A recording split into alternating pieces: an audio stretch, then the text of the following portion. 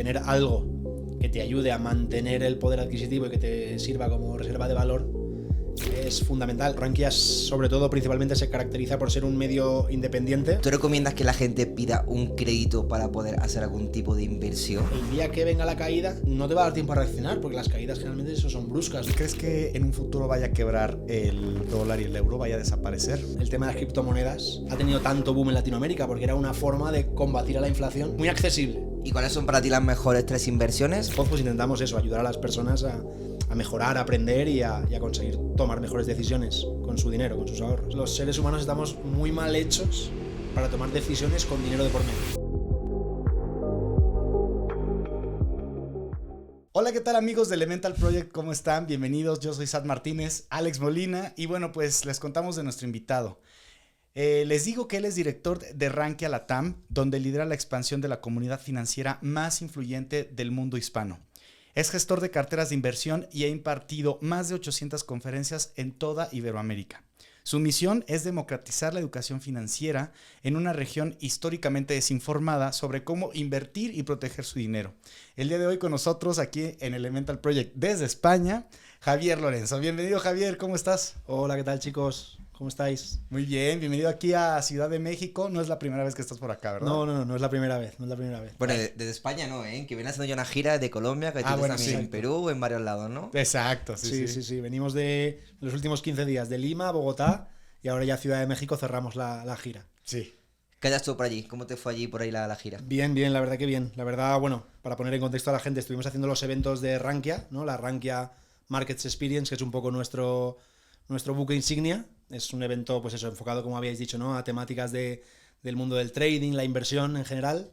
Y pues eso, contamos con profesionales del sector de cada uno de los países.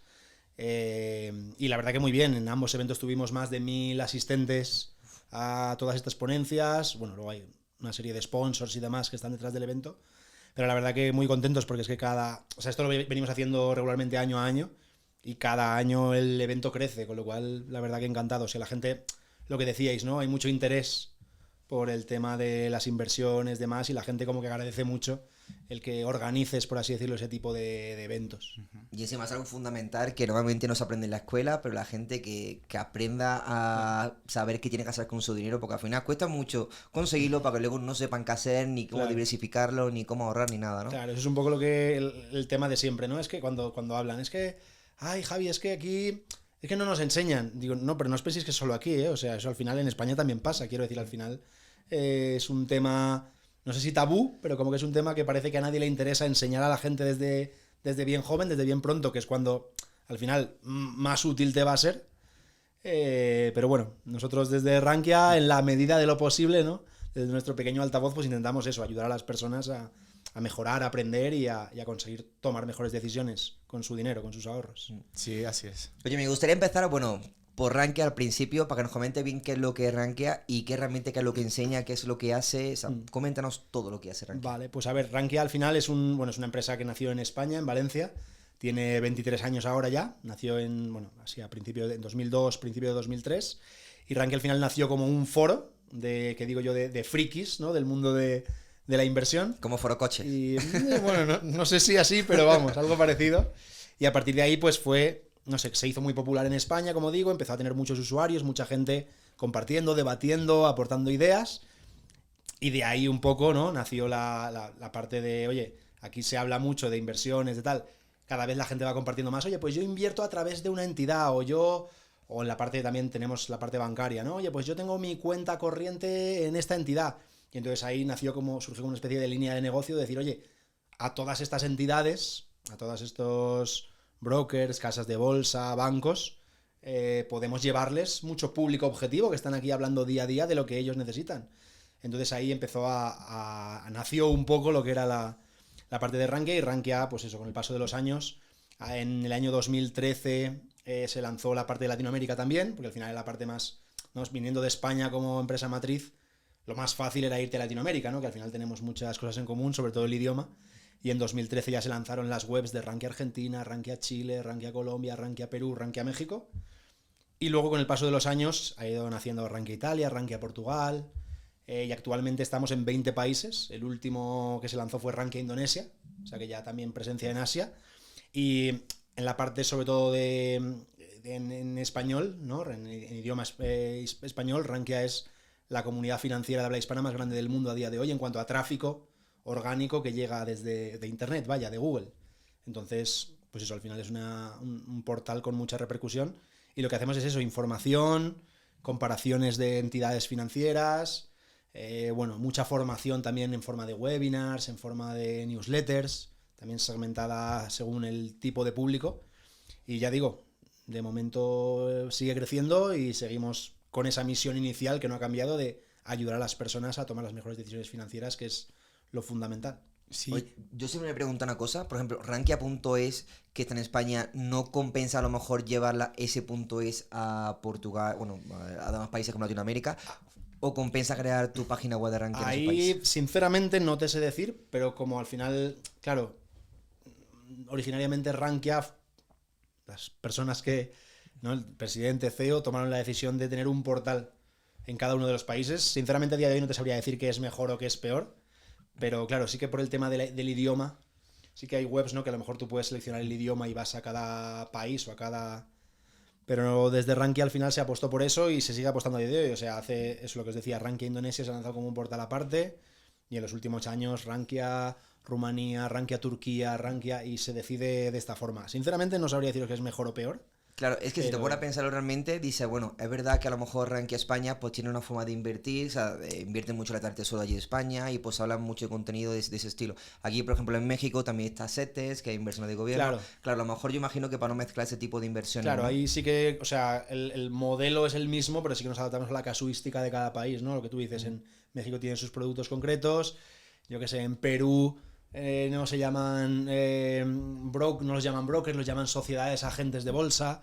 O sea, cada país tiene su casuística, su particularidad, sus productos diferentes, entonces entiendo que va un poco más por esa vía que por otra cosa, lo de repartir, ¿no? O tener varios portales. Sí. Hace rato platicábamos fuera del aire que cuando alguien busca en Google en qué invertir una cantidad de dinero, Rankia es de lo que aparece, ¿no? Con base en esto, ¿qué es lo que ofrece Rankia que no ofrecen pues otras plataformas financieras? A ver, al final lo que os decía, ¿no? Rankia sobre todo principalmente se caracteriza por ser un medio independiente, o sea que al final muchas veces ahí es donde está lo complicado, ¿no? Si yo quiero hacer publicidad de algo, generalmente es porque voy a tomar partido de, ¿no? O porque me interesa que tú veas esa publicidad. Al final Rankia, podríamos decir entre comillas, que no se casa con nadie, obviamente pues esas entidades que se promocionan y que participan, pues evidentemente son nuestros partners y por ello están ahí. Pero al final lo bueno que tiene Rankia es eso, ¿no? Que no te va a decir esto es mejor para ti o esto es peor para ti. Simplemente lo que va a hacer es darte contenido informacional, contenido evergreen, ¿no? Que te va a durar siempre, que no da igual que lo leas hoy, que lo leas dentro de 3 años, que al final lo que buscamos es eso. Y como tú decías, ¿no? Nosotros el fuerte de Rankia es el posicionamiento SEO, o sea, lo que buscamos es eso, ¿no? El dar respuesta a las principales preguntas que la mayoría de gente se hace, con el objetivo de eso, de posicionarnos lo mejor posible en cada país, en cada micro nicho, por así decirlo, dentro de la industria de las finanzas, trading y demás. Oye, ¿y el fuerte realmente de Rankia, dónde está? O sea, ¿de dónde saca el mayor beneficio? ¿De las recomendaciones con los partners, con las plataformas donde ya se invierte dinero? ¿O? Claro, a ver, es lo que te digo, recomendaciones en Rankia nunca vas a ver. O sea, nunca te van a decir, este es el mejor broker o esta es la mejor entidad. Al final Rankia lo que hace es eso, es comparar, mostrar un poco cómo hacer las cosas, pues eso, las características, ¿no? Nosotros sobre todo lo que tenemos es eso, es fichas o reviews de los principales brokers, de las principales entidades, casas de bolsa, y al final es eso, es algo que nosotros lo que intentamos es ser lo más transparentes posibles y acercar a todo ese tipo de contenido al público minorista, ¿no? Al inversor retail. Y bueno, hablando de la parte de ingresos, ¿cómo es que se financia Rankia?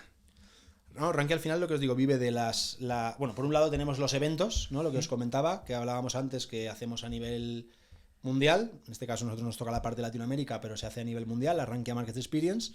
Pero principalmente, como os digo, son eso, campañas de visibilidad, campañas de contenidos, con los brokers financieros, generalmente internacionales, pero también locales de cada país. Okay.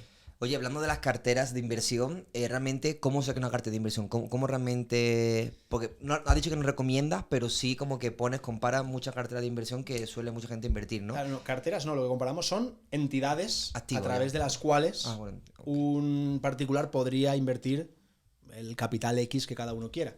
Y también depende de los productos, ¿no? Ya te digo, si alguien quiere invertir en acciones del mercado mexicano, pues tendrá ahí los principales brokers para invertir a través en el mercado mexicano y sus condiciones, las comisiones de operativa, ya te digo, es informacional. ¿Vale? Y lo mismo, imagínate que tú desde México quieres invertir en acciones de Estados Unidos. Pues en Rankia podrás encontrar mejores brokers para invertir en acciones de Estados Unidos. O imagínate que quieres invertir en el mercado de divisas. Pues lo mismo, Rankia te va a dar mejores brokers o mejores opciones, pero el mejores no quiere decir que te vaya a dar las mejores. Es un poco, eso sí, ahí está un poco el posicionamiento SEO, ¿no? Es lo que busca todo el mundo. Tú cuando quieres invertir, es mejor broker para comprar. Rankia responde a esa pregunta, pero no te va a decir, este es el mejor. Te va a decir, aquí tienes las diferentes opciones y sus características. Y aquí en México, ¿cuál recomiendas que la gente invierta? ¿Cuál dirías tú que es el mejor broker? A ver, mejor lo mismo. Mejor broker no lo sé, porque dependerá del perfil de cada uno, de lo que quieras invertir, pero por tamaño y entidades más grandes, a día de hoy tienes Actinver, tienes a GBM, sé que son los dos más grandes del mercado a día de hoy, pero lo mismo, ya si te quieres ir a invertir en fondos de inversión y no tanto en acciones concretas, pues cualquiera de las plataformas que te den acceso a ETFs o a fondos de inversión de las gestoras, los vas a tener. Y luego lo que os digo, hay muchos brokers internacionales como Interactive Brokers, como que tú puedes invertir también desde México. O sea, pero es lo que digo, ¿qué es mejor, qué es peor? Depende de ti. O sea, porque a lo mejor yo te digo, Interactive Brokers es mejor. Ya, pero es que yo prefiero tener un broker local porque me genera más confianza o porque sé que voy a tener una oficina cerca de casa. Quiero decir que depende mucho de la persona. O sea, no puedes decir esto es mejor o esto es peor en el tema de así de inversiones. Pero sí es cierto luego que hay ciertos, como que la inversión, la moneda en cómo se mueve, cómo crece la acción, cómo baja. Hay algunos que en tiempo real y hay otros que tienen como cierta latencia, ¿no? Sí. Como por ejemplo Interactive Broker, yo invierto en acciones en Tesla y en varias más. Y que como que todo va muy bien, la verdad. Sí. Pero hay mucha gente que invierte en De Giro, por ejemplo. Y De Giro a lo mejor tiene cierta latencia que va un poquito más lento, ¿no? Sí, a ver, ahí si vas a invertir a muy corto plazo, ¿no? Si vas a buscar movimientos de muy corto plazo, esto es importante. O sea, si no tienes tiempo real, estás perdido, claro, porque en 15 minutos, porque justo has comentado un caso que De Giro lleva 15 minutos de latencia. 15 minutos puede ser un mundo en temas de inversión si lo que vas a hacer es especular a muy corto plazo. Pero al final, si tú compras una acción con la idea de invertir a, voy a decir, meses o años vista, 15 minutos no te van a mover la aguja.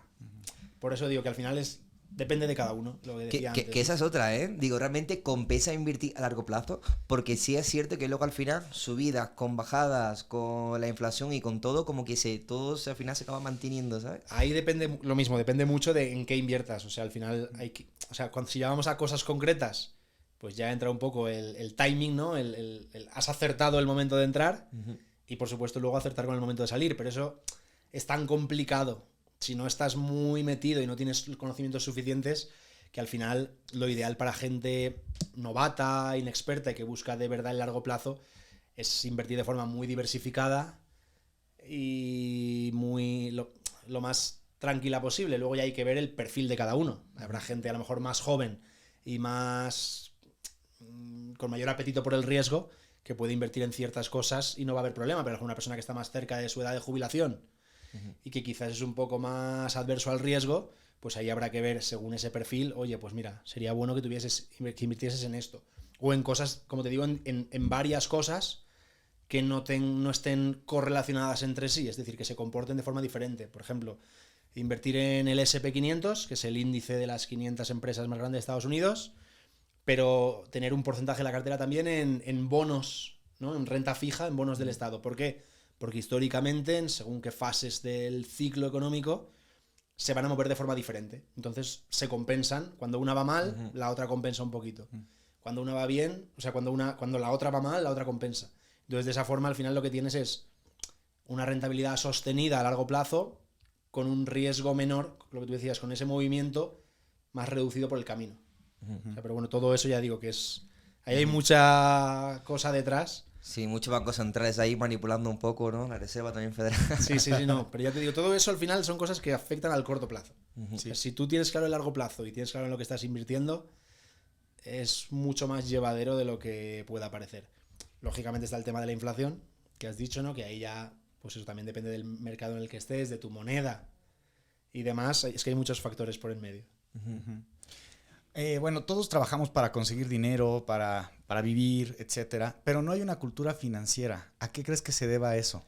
A ver, yo creo que es un poco lo que he dicho al principio. Por algún motivo, a quien debe de enseñar esas cosas a los jóvenes, quizás no le interesa demasiado que la gente joven esté preparada, ¿no? Porque al final, pues lo ideal es poder controlar a la masa y si la educas bien, quizás van a poder tomar sus propias decisiones y ya no los tienes tan controlados, ¿no? Esto es un poco conspiranoico, pero al final es un poco en la línea de lo que va. No sé, al final es educación financiera. También tiene mucho que ver con el interés de la gente. O sea, hay mucha gente que tú hablas con gente joven aquí en España y donde sea, ¿eh? O sea, que esto no es diferente en distintos países y hay mucha gente que, pues eso, al final tienes que formarte, tienes que aprender, tienes que dedicar tiempo, y a la gente eso no le interesa tanto. Total. Al final el dinero fácil y rápido es lo que más llama la atención muchas veces y por desgracia eso no es fácil.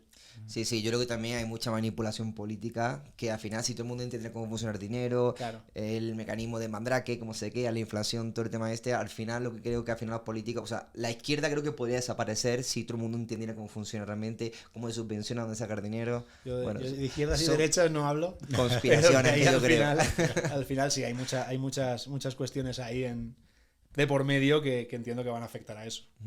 Oye, el tema de la inflación, ¿qué opinas tú bien de esto? Que antes lo has mencionado, pero me gusta bien aquí entrar en detalle, creo que es fundamental para la inversión. A ver, ahí sí que, sobre todo en España, bueno, en Europa no se había vivido una inflación desbordada como pasó hasta hace unos años, en 2022, 2023, que fue la primera vez que en España veíamos inflaciones cercanas al 10%. En Europa, en la Unión Europea, la inflación promedio en los últimos 30, 40 años es de un 2%, un 3%, que al final te va mermando, pero no lo notas en el día a día. Y ya os digo, en 2022 llegamos a tener inflaciones del 10%, que eso es una barbaridad. Claro, ya si te vienes a Latinoamérica, sí que están acostumbrados, o sí que hay muchos países que están acostumbrados a inflaciones exageradas. Si nos vamos al caso de Argentina o de Venezuela, por descontado, ¿no? Ahí sí que están acostumbrados a vivir con inflaciones del 100% o más, en el que de una semana a la otra la compra del supermercado te ha subido el precio al doble. Así de fácil. Entonces, claro, si tú no combates eso, de alguna manera, ¿no? Como decíamos, con tus ahorros, con tus inversiones, estás muerto. También es un poco contradictorio, pero en esos países que han sufrido inflaciones muy altas, tal vez tienen más educación financiera en el sentido de que saben que o mueves el dinero o no puedes hacer nada, ¿no? Entonces, esa parte de Latinoamérica sí que yo creo que así como en España no sufrimos eso, entonces no te preocupa tanto el que tu dinero vaya perdiendo valor con el paso del tiempo. Y en Latinoamérica igual con eso sí que tienen. Por eso yo creo que y aquí ya abrimos otro melón, el tema de las criptomonedas ha tenido tanto boom en Latinoamérica, porque era una forma de combatir a la inflación muy sencilla, ¿no? Muy accesible.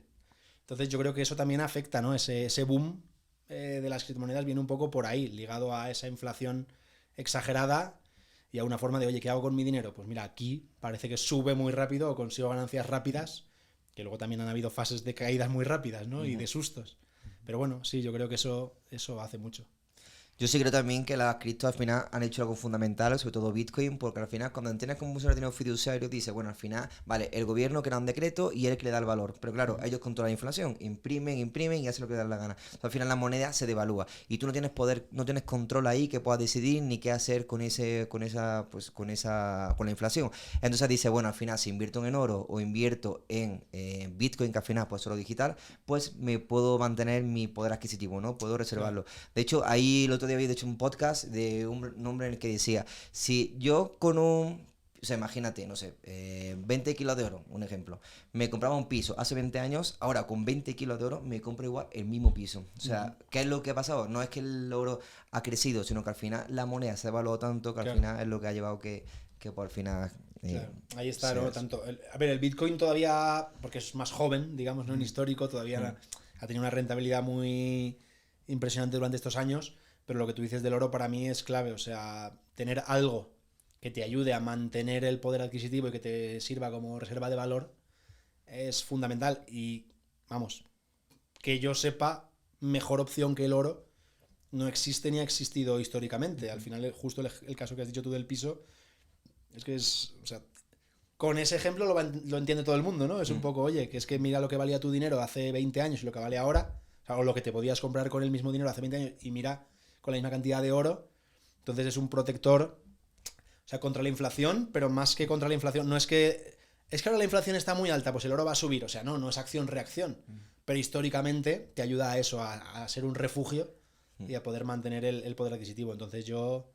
Y luego aparte, si ya... Igual esto ya es un poco más técnico, pero si te metes en detalle, lo que os decía antes de esto de renta variable, renta fija, que están descorrelacionados, el oro, históricamente, si tú muestras con estadísticas, es el activo que mejor descorrelaciona con la renta variable, con las acciones y con la renta fija. Esto lo que quiere decir es que cuando hay una crisis económica muy grande, pero sobre todo muy grande y muy puntual, es decir, la crisis de las .com en el año 2000, que las acciones cayeron, las empresas ligadas a Internet, las acciones cayeron un 60, un 70, un 80%, en ese periodo el oro subió.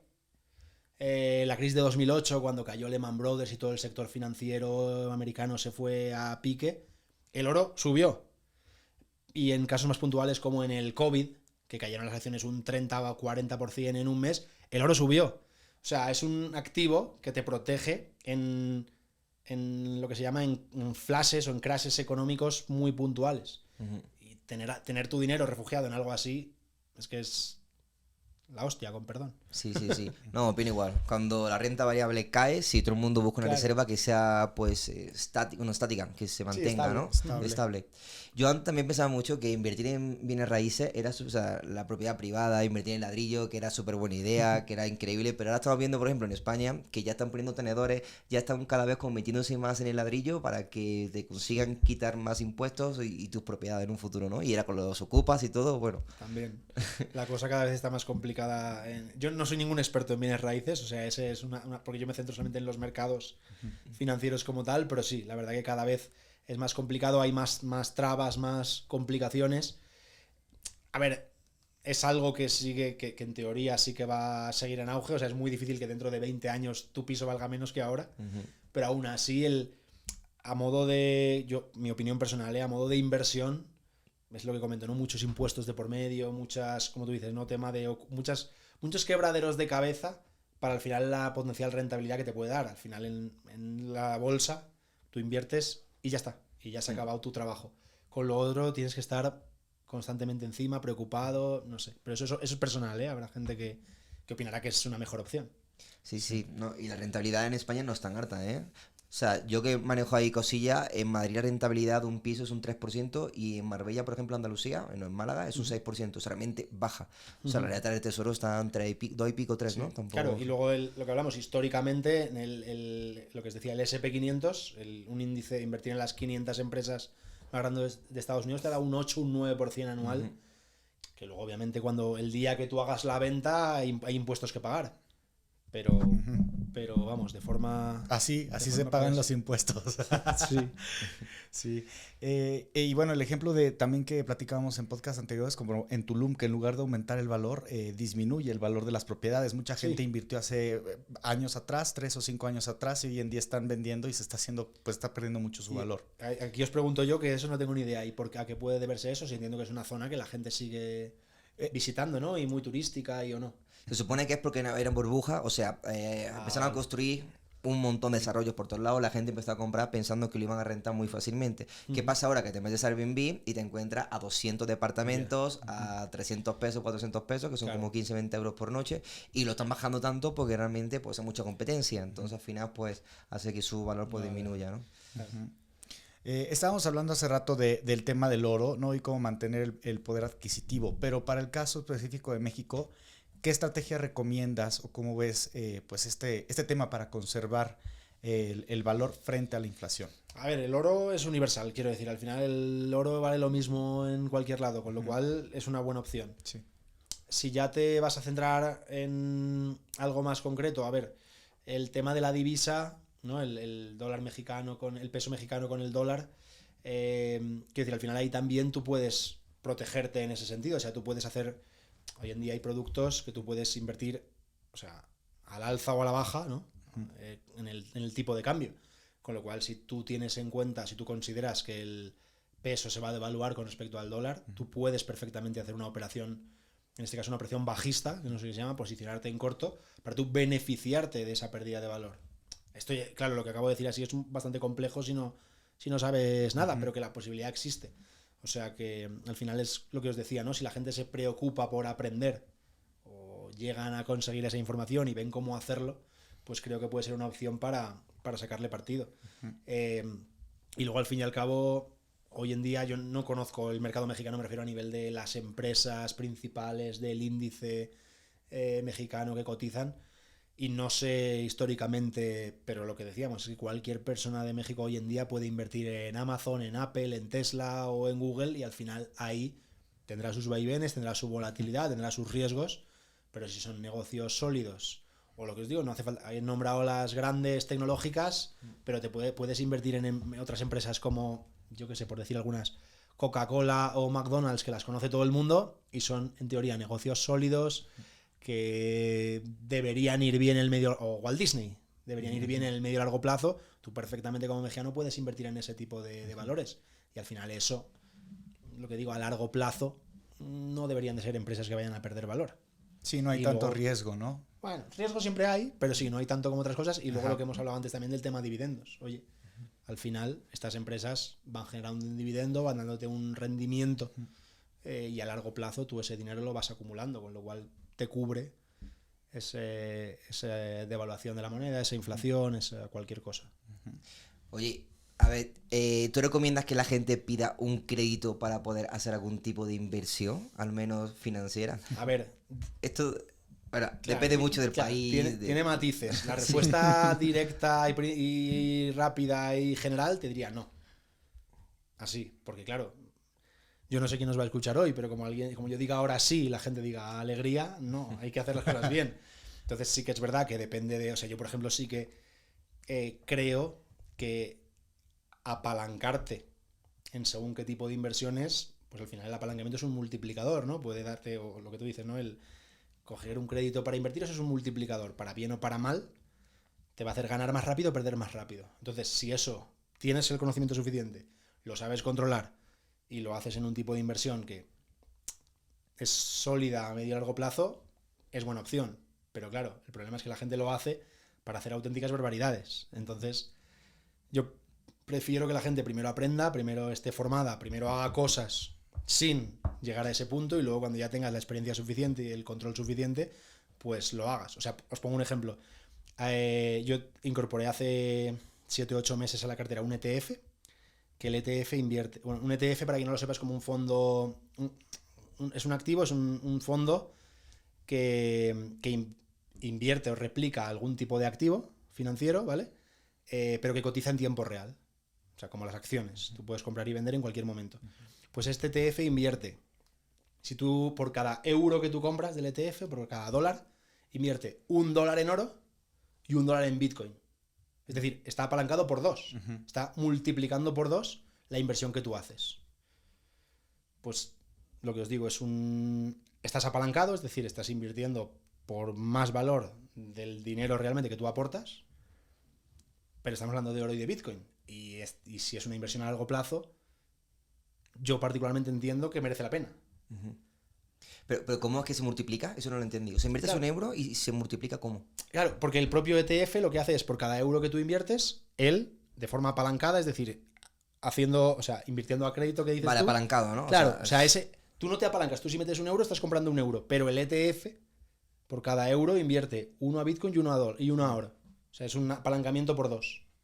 Y no hay forma... Yo siempre tengo miedo de eso, del apalancamiento, porque al final si está en pérdida, si baja, te puede liquidar, ¿no? Y pierdes todo. Claro, pero ya digo, por eso os digo que depende del grado de apalancamiento. O sea, del nivel de apalancamiento. Aquí un apalancamiento 2, y hablamos de Bitcoin y oro, ya tienen que caer las dos cosas. Una auténtica barbaridad para que a ti llegue a ese punto. Otra cosa es que tú con 1.000 euros, hagas operaciones de 20.000, de 30.000, de 50.000, que se puede hacer.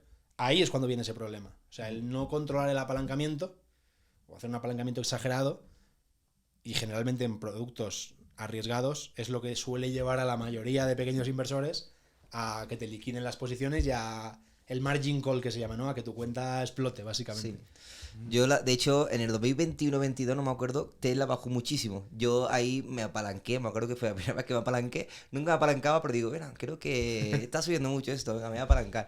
Me apalanco y ¡fum! Cae Tesla una barbaridad. Y al final me acuerdo que acabé vendiendo Tesla porque no sabía en qué momento me podían liquidar. Claro. Y eran 10.000 euros que había invertido. Digo, Claro. hostia, me está bajando mucho esto. Digo, tengo que, Claro, eso es lo que tengo pasa. que salir porque me Por va... eso, en teoría, ¿no? Tú antes de hacer esa operación tendrías que haber sabido el nivel de apalancamiento y el nivel de margin call, que se llama, ¿no? El nivel de stop out.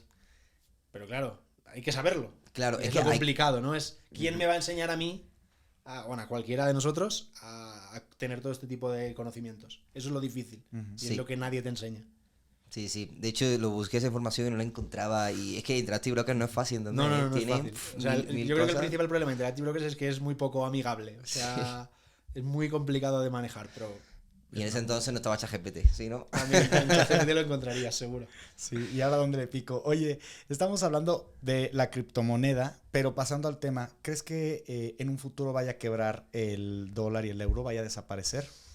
Me cuesta mucho pensar que ese punto podría llegar, porque al fin y al cabo lo que habéis dicho antes, ¿no? Eso está muy controlado. Y a mí, vamos, o sea, si tuviese que responder diría que no, que llegar a ese nivel es complicado, pero bueno, sí que es verdad que cada vez la confianza en esas monedas se va perdiendo en general. Pero bueno, es muy pronto todavía para hablar de eso porque siguen dominando el mundo, ¿no? Entonces Sí, es como... quizás en 50 años Claro, podríamos sí, podríamos ahí, ver. Ahí habría que tendríamos que volvernos a reunir y ver en qué punto estamos. Pero... Otro podcast para platicar del Hombre, tema de... 50 años, eso equivale a una inflación Sí, sí, altísima, brutal. de la cual yo creo que mucha gente volvería pobre y sería una catástrofe. Yo creo que va a pasar algo de eso, pero bueno. Oye, ¿qué opinas de la deuda pública que hay ahora mismo en el mundo? Que todos los países deben un montón de dinero. A ver, de hecho, si a mí me tuvieses que preguntar la próxima crisis mundial, no lo que os decían, de la crisis.com, la crisis financiera, la próxima crisis, y yo diría crisis de deuda. O sea, algún día eso tiene que explotar. Es que no es sostenible.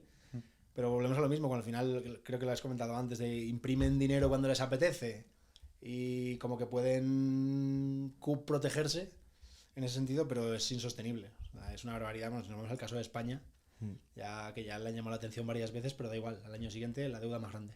O sea, Hay una teoría que dice que cada 7 años, en estos de los ciclos económicos, suele haber como una caída, como algo fuerte, como pasó el 2008 esto, luego pasó, no sé si fue algo fuerte en España 2011, 2012, cuando entró Zapatero, que también fue un poco un caos, luego la pandemia, 2020 y tal. Dice que cada 7 años ocurre alguna catástrofe. ¿Crees que va a ocurrir algo en un futuro cercano? a ver, O...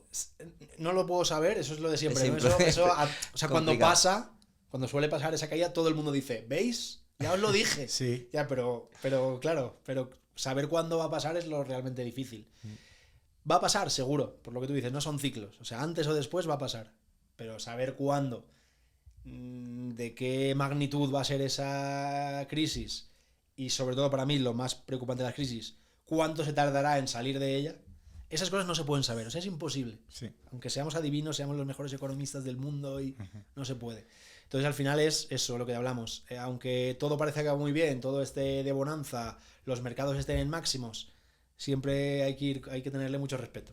Sí, y es cierto, en México, bueno, 1994, devaluación. 2001, lo que pasó igual con Estados Unidos. 2008, o sea, sí es cierto, cada 7 años. Sí, siempre Aprox. suele ser el promedio, ¿no? Habrá un año que se dirá 9-10 y otro que será más corto, pero de promedio siempre suele ser así. Y lo peor es que luego al final siempre estamos muy condicionados por los tipos de interés, ¿no? Que por eso dice que hay mucha conspiración, que si lo suben, que si lo baja, eso modifica las acciones, las rentas y todo. Claro, sí, al final afecta a todo, ¿no? Porque lo que hablamos en lo que es el caso último que os ponía de 2022, la inflación en Europa que se fue a niveles de 10%, al final ahí, pues eso, ¿no? Subida de tipos, o sea, estábamos con tipos al 0, luego me pongo a subirlos y los llevo al 5 porque así me protejo, luego cuando ya empiezo a bajarlos otra vez, y al final es que es eso, o sea, ellos pueden hacer lo que les apetezca, ¿no? Los bancos centrales, entonces siempre tú estás expuesto a...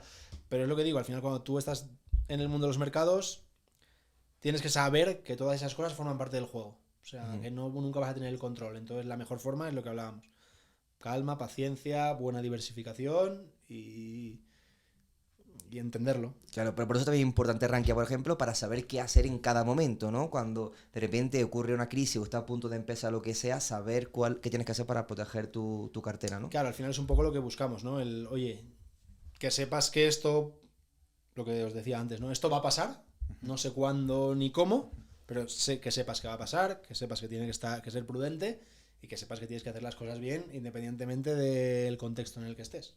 Y estar un poco preparado, aunque por muy preparado que estés, o sea, claro, crisis ¿no? es crisis. No, pero, o sea, es lo que voy, ¿no? Muchas veces es el querer reaccionar al problema, entonces vas a llegar tarde. Sí. Pero si tú ya lo prevés de antemano, muchas veces es lo que hablamos, ¿no? Es que, pero ¿por qué voy a estar protegiéndome mi cartera ahora si todo está subiendo, si todo va bien? Ya, pero es que el día que venga la caída, no te va a dar tiempo a reaccionar, porque las caídas generalmente eso son bruscas, ¿no? Son entra el pánico, entra todo el mundo en pánico y no puedes, como digo yo siempre, renunciar a algo de esta potencial ganancia, pero a cambio, el día que vengan los problemas, te podrás salvar.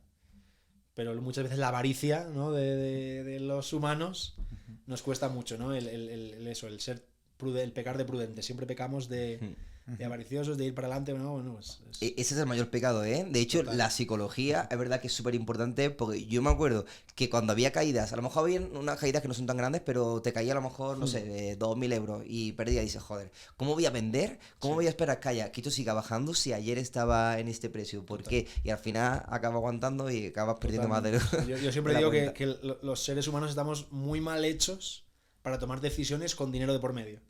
Entonces, claro, cuando pues al final de todo esto te afecta, ¿no? Es como lo de jugar al póker con dinero de mentira o jugar al póker con dinero de verdad, ¿no? Es otro juego. Sí. O sea, no tiene nada que ver. Pues esto es lo mismo, ¿no? Cuando tú realmente hay una caída, por mínima que sea, ¿no? De, oye, días tontos de mucha volatilidad del mercado. Y es que es inevitable que nos entre el susto, ¿no? El miedo, ostras. ¿Y ahora qué? ¿No? Pero es que la decisión, el ahora qué, no tiene que ser cuando estás en peligro. Tú tenías ya que tener previsto que el día que pase algo, ¿qué hago? ¿Qué va a ocurrir? Claro que ocurrirá, por eso, mejor que estés preparado de antemano. Sí, es totalmente cierto. Cuando metes dinero en el juego, cambia completamente la cosa. Sí. Oye, y bueno, ¿cómo pues han reaccionado los mercados con las últimas acciones que ha impuesto Donald Trump? A ver, el tema de Trump es que es, bueno, Trump y Elon Musk ahora, ¿no? Que son amigos, luego son enemigos, que juegan... Hace lo poco mismo. se lo Son vio en un palco compadres. juntos, ¿no? Lo mismo. Entonces, al final todo eso es lo que digo, eso realmente es ruido, te entra el miedo, te da preocupación de ahora qué hará este hombre, o qué está pasando aquí, pero al final son cosas, lo que os decía, que no puedes controlar, porque no sabes cuándo a ese señor le va a apetecer poner un tuit y que se tambalee el mercado, y que al final solo hacen, ¿no? Agitan el avispero en el corto plazo. A largo plazo, al final, lo que hablamos, el mercado está en máximos. Y este hombre lleva un año haciendo cosas, diciendo cosas y no pasa nada y el mercado sigue. O sea, si el mercado tiene que caer o tiene que haber algo gordo, no va a ser por algo que diga Trump. Quiero decir, será por algo, pues eso, algo general, algo... Externo. Claro, pero no por una cosa puntual, una acción puntual. Eso es lo que os digo, es ruido, entra el miedo, asusta, pero es un momento determinado. Luego el mercado hace lo que tiene que hacer.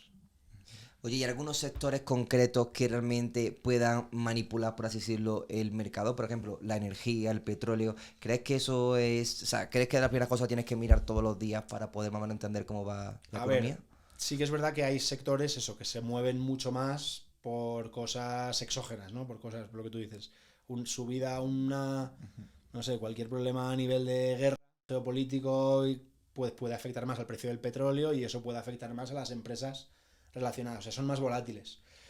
Pero es que el controlarlo todos los días al final tampoco te va a garantizar que puedas hacerlo mejor o peor. Entonces yo lo que os decía antes, yo soy partidario más de tener la cosa lo más controlada posible y entender que al final es, oye, a largo plazo y con paciencia. Sí. Oye, y sobre también esta relación de Estados Unidos, ¿crees que los inversionistas están preocupados que pueda haber como pues posibles tensiones entre Estados Unidos y China? A ver, sí, porque al final son las dos potencias a día de hoy mundiales más grandes y siempre va a afectar, pero vuelvo a insistir, o sea, el mercado de Estados Unidos, bueno, y en Europa está en máximos. Quiero decir que si hubiese miedo, el mercado no seguiría subiendo, o sea, ya hubiese habido... Entonces, bueno, todo el tema de los aranceles, lo que os decía, ¿no? Los aranceles, todo esto que ha habido estos meses atrás, de Donald Trump, de ahora pongo aranceles, ahora los quito, ahora... Lo que digo es que eso al final nunca va a ser determinante o nunca va a ser el motivo principal por el que algo explote.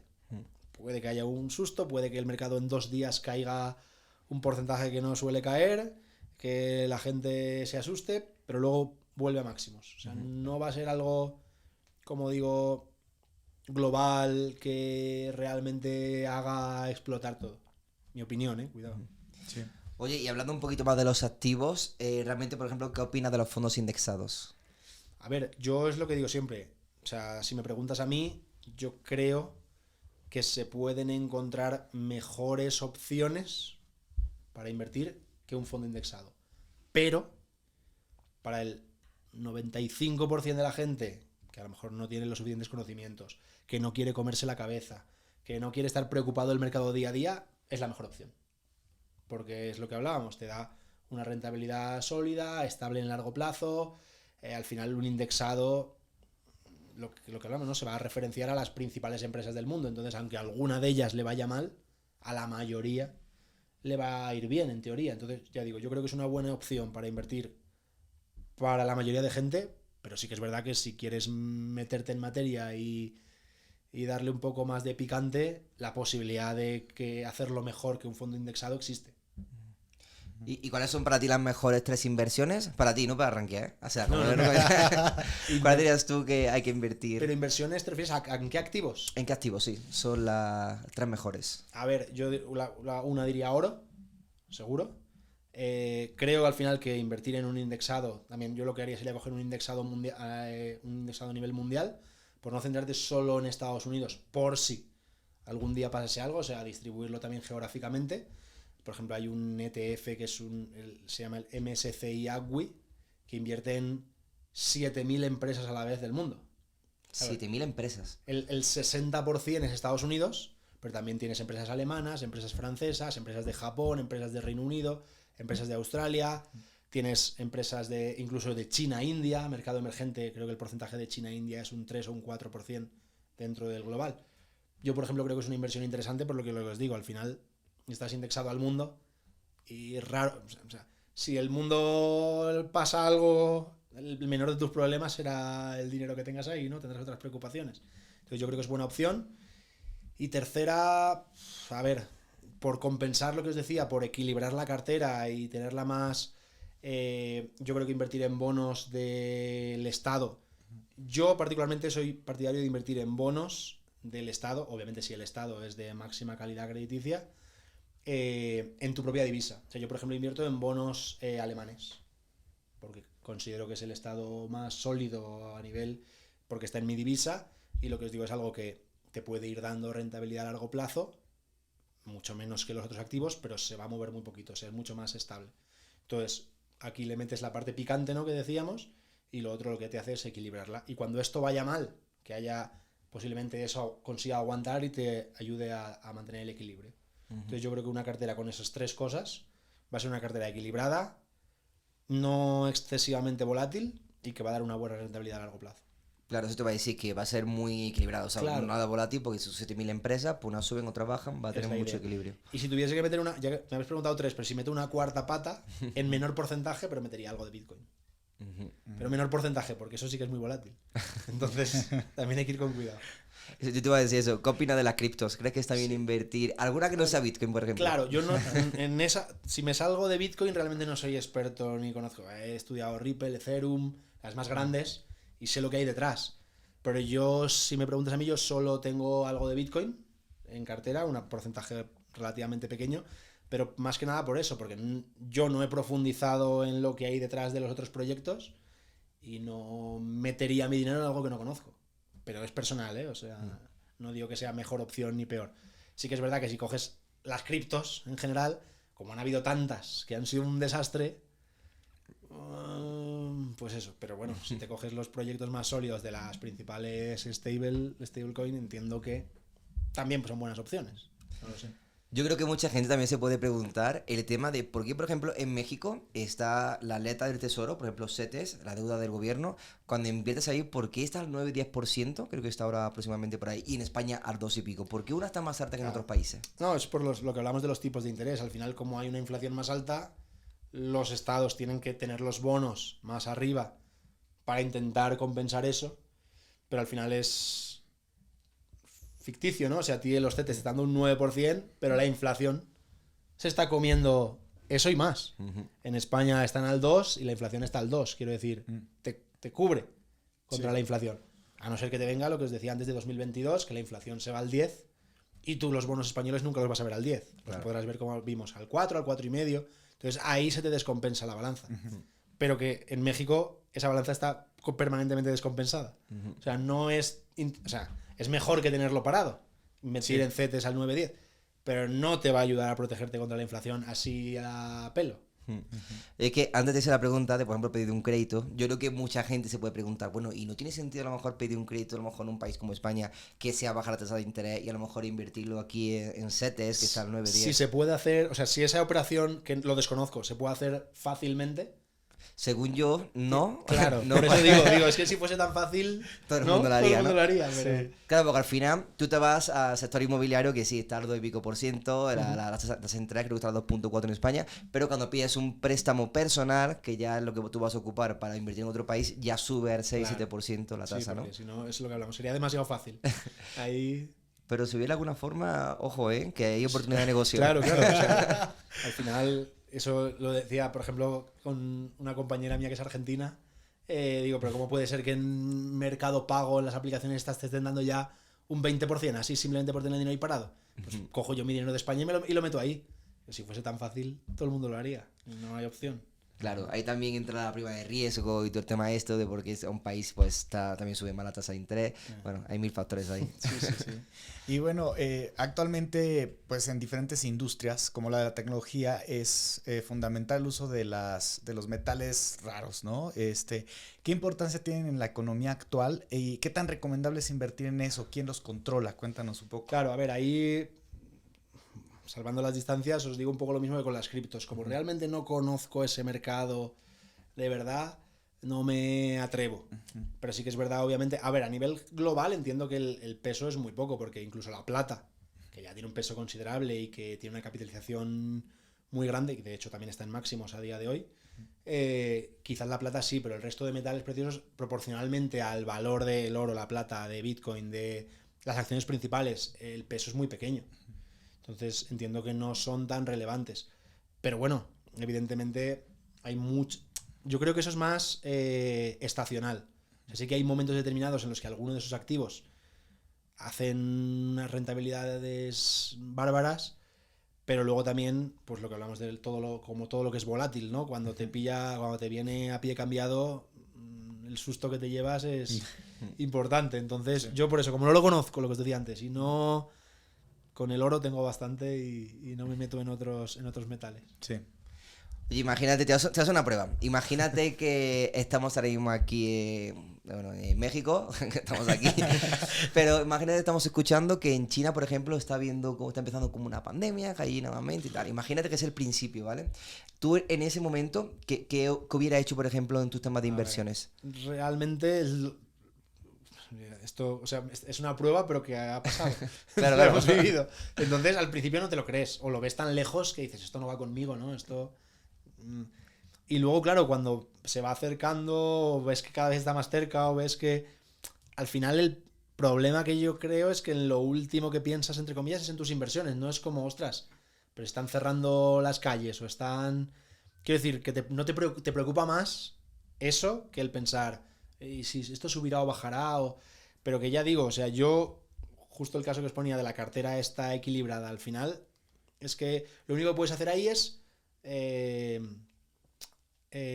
lo diré, rebalancear, ¿no? O sea, si ves que que no lo puedes ver, insisto, pero si parece que se empieza a acercar una posible crisis o problemas o hay, pues la parte más picante que decíamos, reduces exposición y en la parte más sólida o más defensiva aumentas exposición y vas jugando con los pesos de esas clases. Pero yo no quito esto al 100% y lo pongo todo en lo defensivo, no, porque eso es, ya digo, ahí sí que es como jugar o sea, tienes que acertar.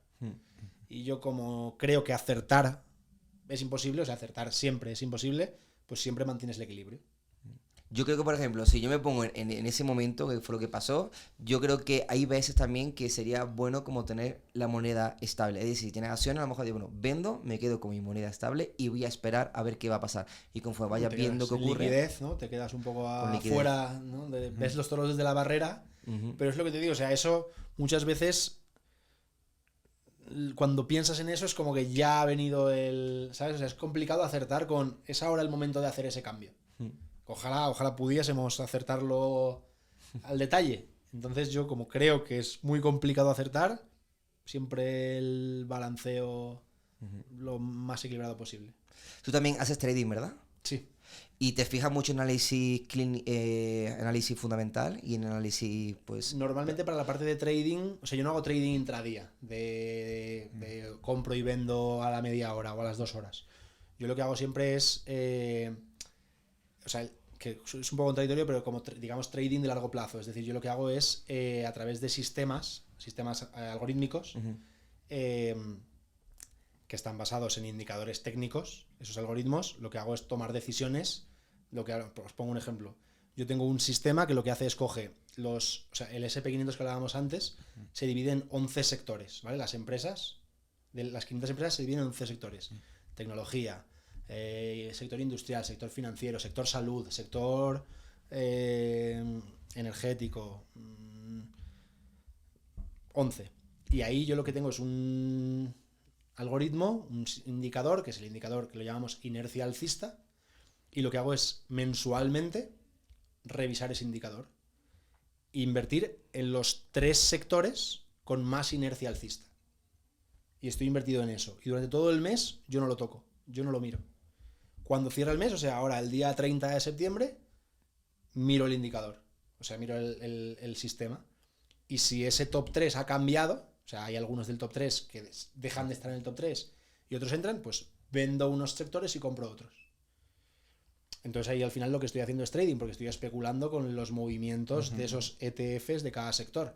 No hago análisis fundamental, no estudio si un sector es mejor o peor en función de lo que esté pasando o en función de los fundamentales de sus empresas, no. Simplemente hago trading porque lo que busco es en función de los movimientos que va haciendo el ETF.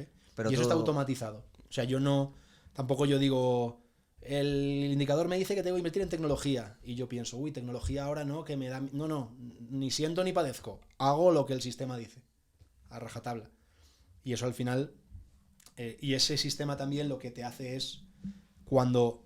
O sea, esa inercia alcista que os comento, o sea, ese indicador, cuando de los 11 sectores no hay 3 que tengan la inercia alcista positiva, porque la inercia alcista puede ser positiva o negativa, cuando no hay 3 que sean positivos, ese capital que tendría que ir a esa posición lo dejas fuera, lo que has dicho tú antes del... Entonces digamos que el sistema te dice, oye, que ahora mismo es que de los 11 sectores ni siquiera hay 3 que sea un buen momento, para invertir, pues me quedo fuera. Entonces lo que consigues es en caída, en crisis, el sistema lo que va a hacer es decirte, quédate fuera. Pero es lo que te digo, me lo dice un indicador, no lo decido yo. No, yo creo que va a venir la crisis. No, yo no creo nada. ¿Pero solamente los analizas los indicadores y luego vendes a final de mes o no vendes? Exacto, sí. Siempre a cierre mensual hago los cambios que haya que hacer, si es que hay que hacer cambios. O sea, ahora mismo, por ejemplo, el sistema está invertido en sector tecnología, sector comunicaciones y sector industria. El 30 de septiembre puede que haya un cambio o no. De hecho, porque justo lo miré ayer, el sector industria va a caer del top 3 y va a entrar el sector utilities. Pero hasta el día 30 yo no voy a hacer ese cambio. Porque el rebalanceo del sistema es mensual. O sea, siempre cambias el mismo día. Siempre, el día 1 de cada mes se hacen los cambios si hay que hacerlos, si no, no. ¿Y para aprenderse eso? Tiene su aquel, pero yo, a ver, tiene mucha historia detrás, pero sí, es relativamente fácil. O sea, yo tengo vídeos en los que se muestra en la plataforma, bueno, en este caso es la plataforma de Pro Real Time con la que lo hago, y ahí yo comparto o sea, esto yo lo hacía antes de trabajar en Ranky y todo. Yo comparto el código de esos sistemas para que la gente pueda verlo. Y luego aparte hay una página web que se llama MKT Signals, pasa que el acceso es con contraseña, pero vamos, yo lo facilito. Es como una herramienta, que te dice los cambios que tienes que hacer. O sea, no tienes que mirar tú nada, simplemente entras en la plataforma, en la página de esta web que os digo, y ves que te ha dicho hay que cambiar esto, y tú te vas a tu broker y haces los cambios, a Interactive Brokers, y haces los cambios que tengas que hacer y ya está. Ok, ¿e intradía no recomiendas que se haga entonces? O sea, no es que no lo recomiende, es que hay que dominar mucho el tema y hay que estar muy, muy, muy, muy, muy encima. Y al final lo que hablamos de las emociones, todo esto es muy complicado. O sea, para mí es complicadísimo. Que hay gente que lo hace muy bien y que son muy cracks y que viven muy bien haciendo trading intradía, pero creo que es algo que no es para todo el mundo. Sí. Y algunos indicadores, por ejemplo, que digas que, eso por ejemplo yo no los conocía, pero sí el estocástico, el MAC, los típicos, ¿estos sí son útiles? ¿O? Sí, a ver, al final es como todo. No sé, yo que el problema que veo de cuanto más a corto plazo operes es que aunque los indicadores sean potentes y te puedan ayudar, es tu coco. O sea, si tú piensas que algo va a subir y quieres ver que el indicador te está diciendo que eso va a subir, lo vas a ver. ¿Sabes? Es como estás muy condicionado a el yo creo que, yo pienso que.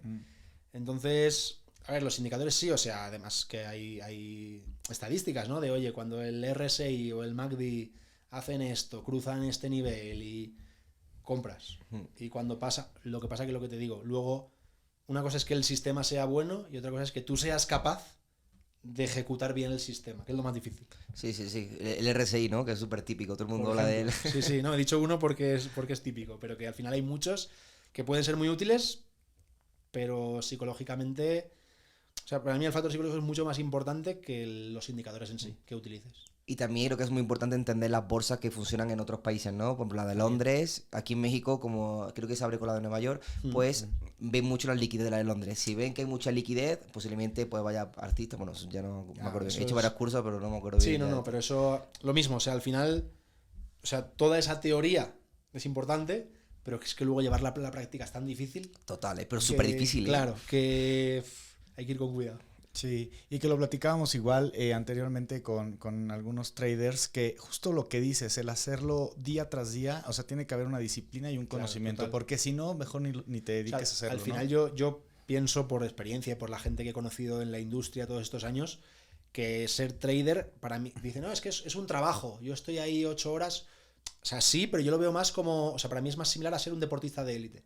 O sea, o eres muy, muy, muy disciplinado, o haces todo al milímetro exactamente como lo tienes que hacer, o porque jugar a fútbol jugamos todo el mundo. Sí. Pero Messi, Cristiano y 2. Así es. Pues en el trading, salvando las distancias, es algo parecido.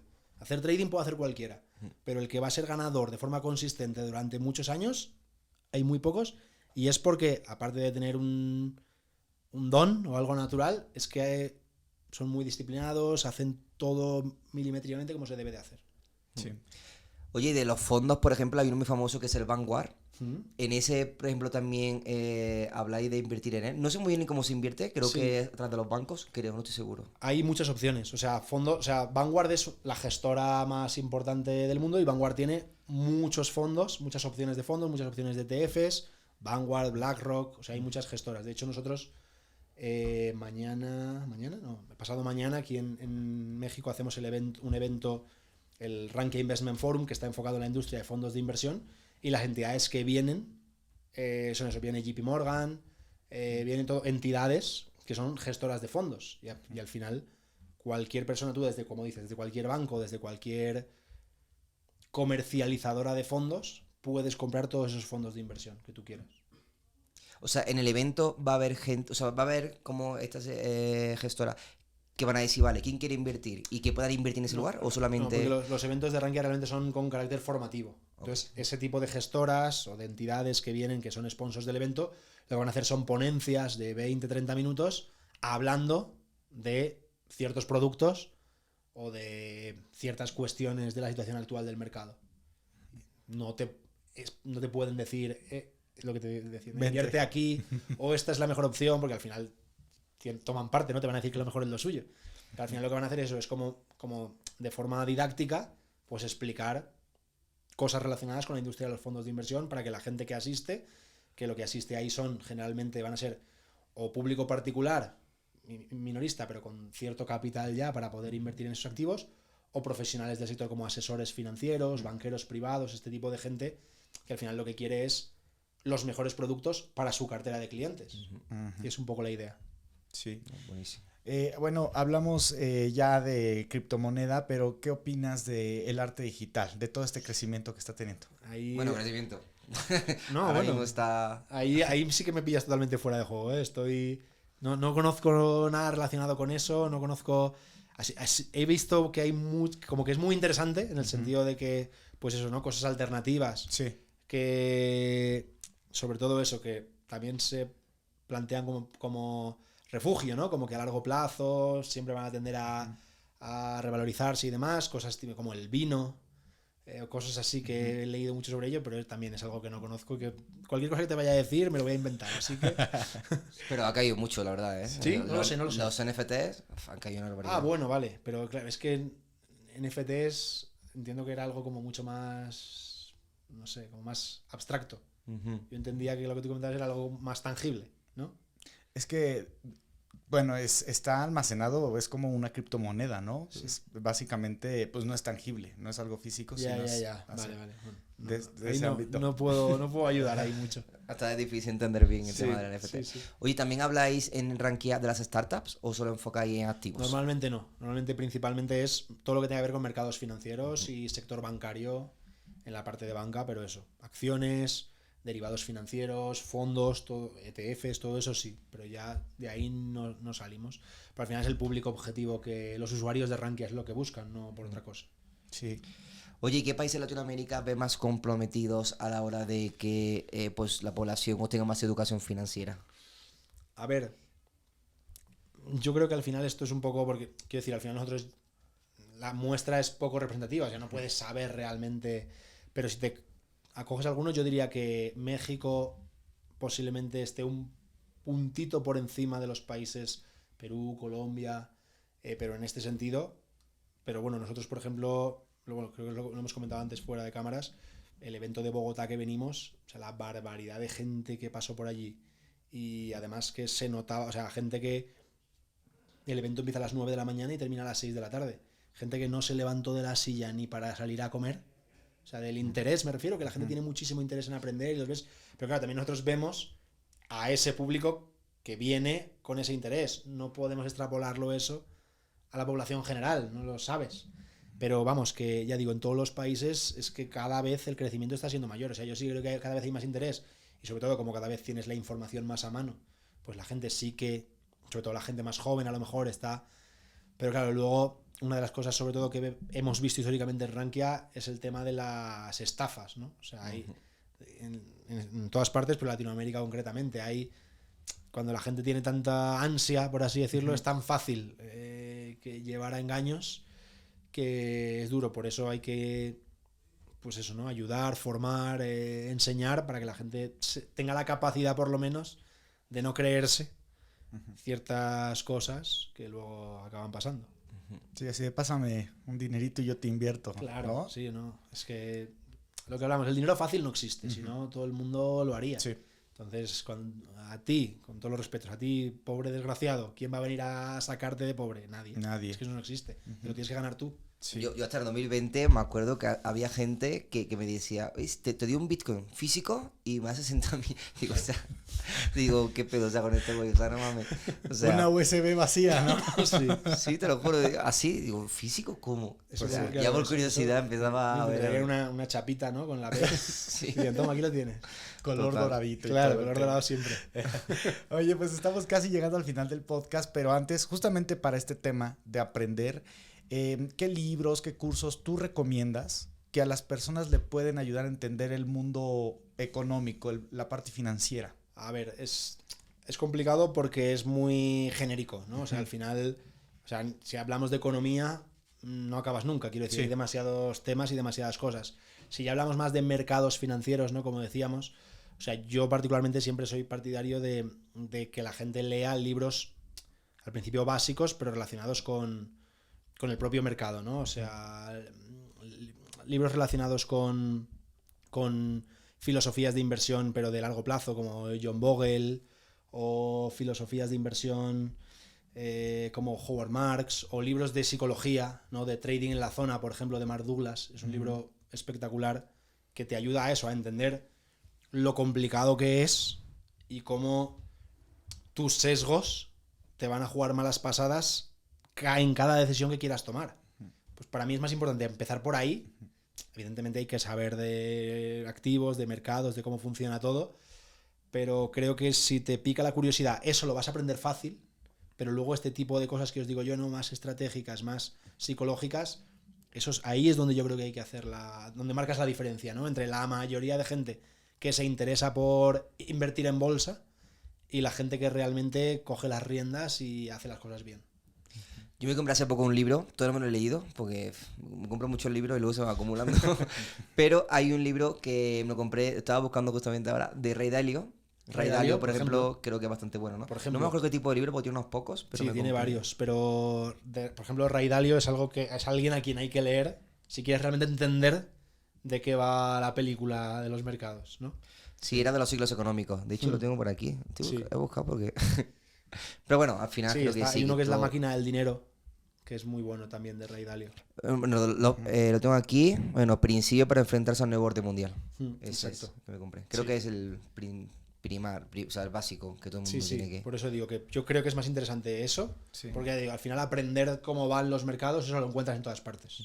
Pero es cierto que tiene un montón de cosas el tema de la educación. Alguien, por ejemplo, imagínate, llega un niño de 20 años y dice, oye, no tengo ni idea de nada de activos, ni o sea, de finanzas, no sé cómo funcionan los bancos, no sé, temas de inflación. ¿Qué le dirías que debe de empezar en ese nivel? Es que es complicado. Qué responsabilidad, qué responsabilidad. Es complicado, es complicado. Sí, a ver, ya te digo, al final... Sobre todo que empiece por leer. También te digo que si alguien viene con esa pregunta, ya va un paso por delante de la mayoría, ¿eh? O sea, porque ya estaríamos hablando de alguien que realmente se ha interesado. Pero bueno, no sabría decirte algo concreto que digas, empieza por aquí, porque es la pregunta del millón, ¿no? ¿Por dónde empiezo? Pero sí, al final si tienes esa curiosidad vas a empezar a ver cosas en YouTube, en redes sociales que te van a llamar la atención y vas a ir... Y yo... Ya digo, creo que cualquier lectura relacionada con esto que hablábamos es lo que más te va a poner en el camino. Y luego ya te aprenderás, o sea, sabrás distinguir entre quién es un vendehumos, ¿no? Por así decirlo, y quién realmente te está enseñando o te está explicando cosas que te van a ser útiles. Sí, al final lo más importante es que tenga hambre de aprender y que no quiera en plan estancarse y quiera siempre aprender. Va a llegar un momento en el que le va a hacer clic y dice, hostia, ahora entiendo por qué funcionan los tipos de interés, porque los tipos de interés cuando suben, baja la bolsa y tal. Hay un momento en el que todo se entiende. Sí, es más importante. Sí. Mencionaste a Morgan Housel, ¿verdad? Bueno, yo adquirí el de La psicología del dinero, la verdad no lo he leído, pero bueno, ahí hay un título, ¿no? Sí. Y hay otro libro que es muy padre para los que de verdad quieren como empezar de la A a la Z, que es Para entender la economía mexicana. Es un libro que te explica, o sea, desde qué es la Bolsa Mexicana de Valores hasta lo más complicado de la economía de México. Pues, bueno, por ahí hay algunas recomendaciones para quien quiera empezar a involucrarse un poquito más, ¿no? Oye, y ya estamos ocasionando las últimas preguntas. ¿Cómo ves el futuro económico en el mundo? ¿Cómo lo estás viendo actualmente? A ver, al final es lo que decía, ¿no?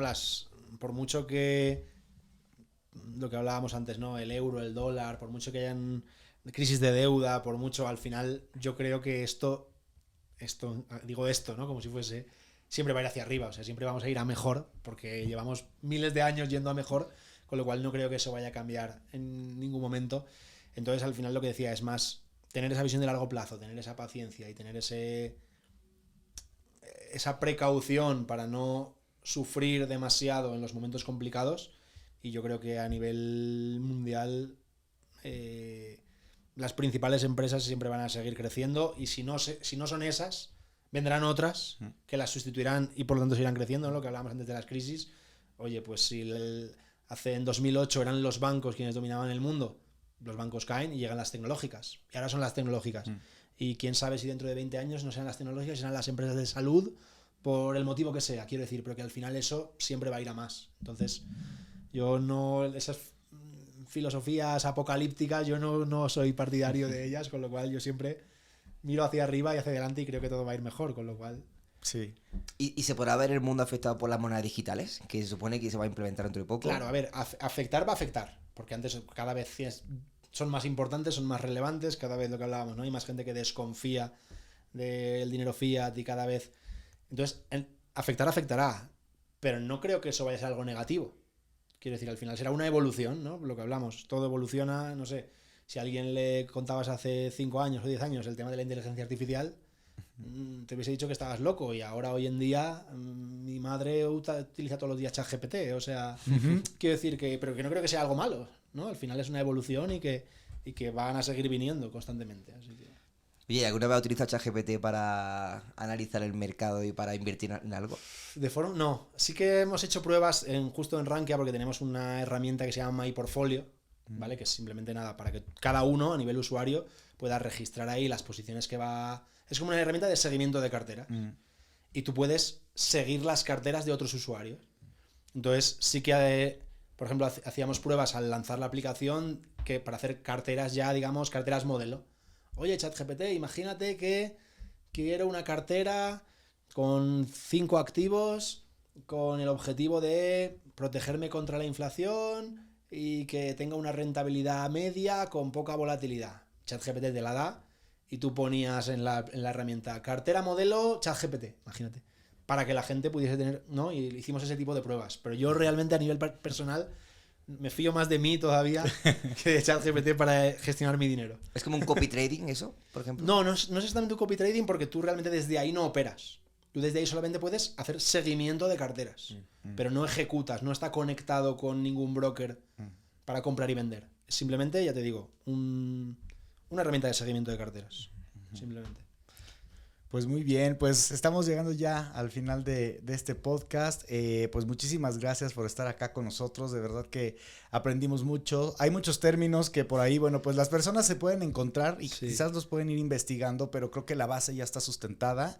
Bueno, nos estamos viendo también en un evento próximamente en los siguientes días, entonces de verdad, bienvenido aquí con nosotros a Elemental Project. Sí, total, yo de terminar me gustaría que nos contaras un poquito más del evento, cómo va a ser el evento, qué tienes pensado, cómo se va a organizar las ponencias. ¿Qué se viene? A ver, tenemos el evento es, como os decía antes, ¿no? Es Rankia Markets Experience, que es el evento que ya, bueno, este año en Latinoamérica ya lo hemos hecho en Sao Paulo, en Buenos Aires, en Montevideo, en Santiago de Chile, Lima, Bogotá, y México es el cierre de este año para nosotros.